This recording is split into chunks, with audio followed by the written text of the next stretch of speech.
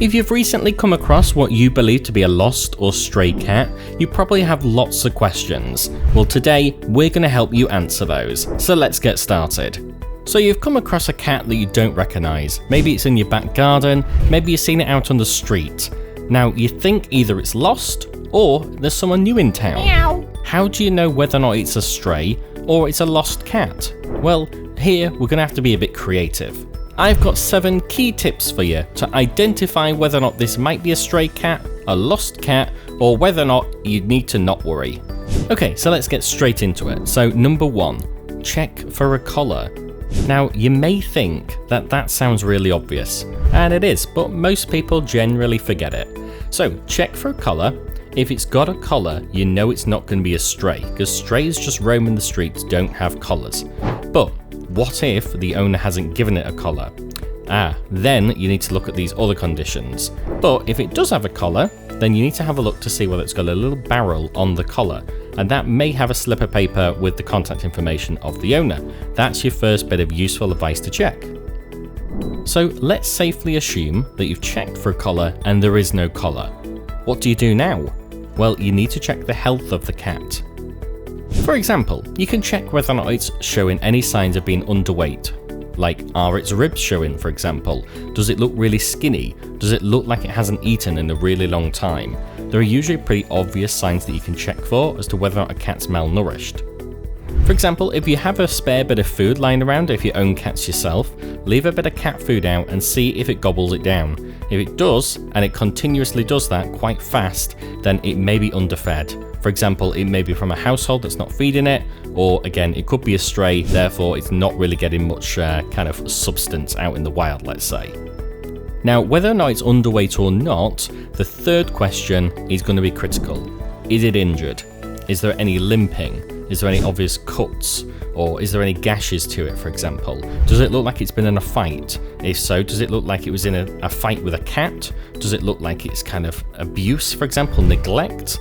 That's going to be up to you, and obviously each situation is going to be slightly different, so you need to use your common sense here. If it is injured, then you're going to need to get some external advice, of course, because you're not a vet. If you are, then that's really handy, so you're probably not watching this video anyway.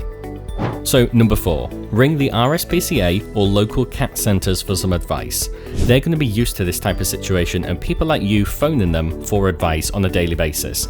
They will know exactly what to advise you on the next steps, and potentially even come and help rescue the cat if you do believe it to be a stray, or whether or not it's been abandoned or it's just got lost from its original owner. Because those type of organisations will have scanners, and they can check whether or not it's been chipped. Now, cats these days should be legally chipped, but not every owner is going to do that, and of course if it's a stray, it's not going to have one.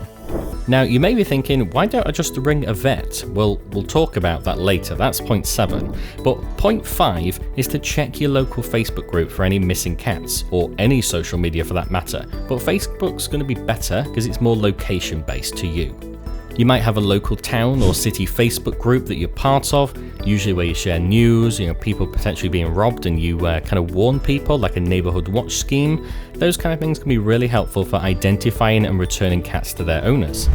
Now, the caveat to this could be that it's a new owner or it's a new area.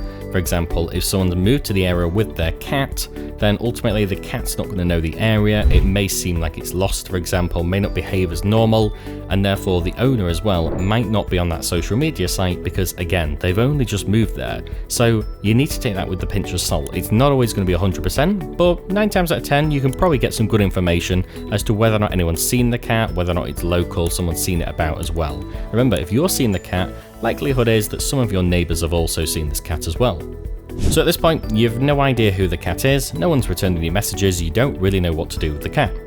So point 6, avoid feeding the cat if you think it's a stray, because it will keep coming back. Now, I know you want to be good-hearted, but honestly, if it is a stray, ultimately all you're doing is encouraging it to live off your substance. If you're going to continue to feed it, it's not going to get used to being fed in the wild, and it's going to struggle because it's going to rely constantly on you feeding it. And unless you're willing to take in this cat, then ultimately you need to avoid feeding it. If it does have a collar, for example, and it looks like someone owns the cat, and it looks like it's a little bit malnourished, you're alright to feed it to potentially keep it alive, for example, while you get some more advice, but I wouldn't recommend, for example, going out on an hourly basis to make sure it's got plenty of food and water. Just put something light down just to make sure it's got enough substance to survive, and that will do it for a time being, until at least you get some more advice. So this brings me on to the final point, which is point 7. Only take the cats to the vets if you're willing to pay the costs. Now, a lot of people completely forget this and think that vets are completely free. They're not. If you take a cat to the vets, then ultimately it's going to expect you to pay for that cat's treatment.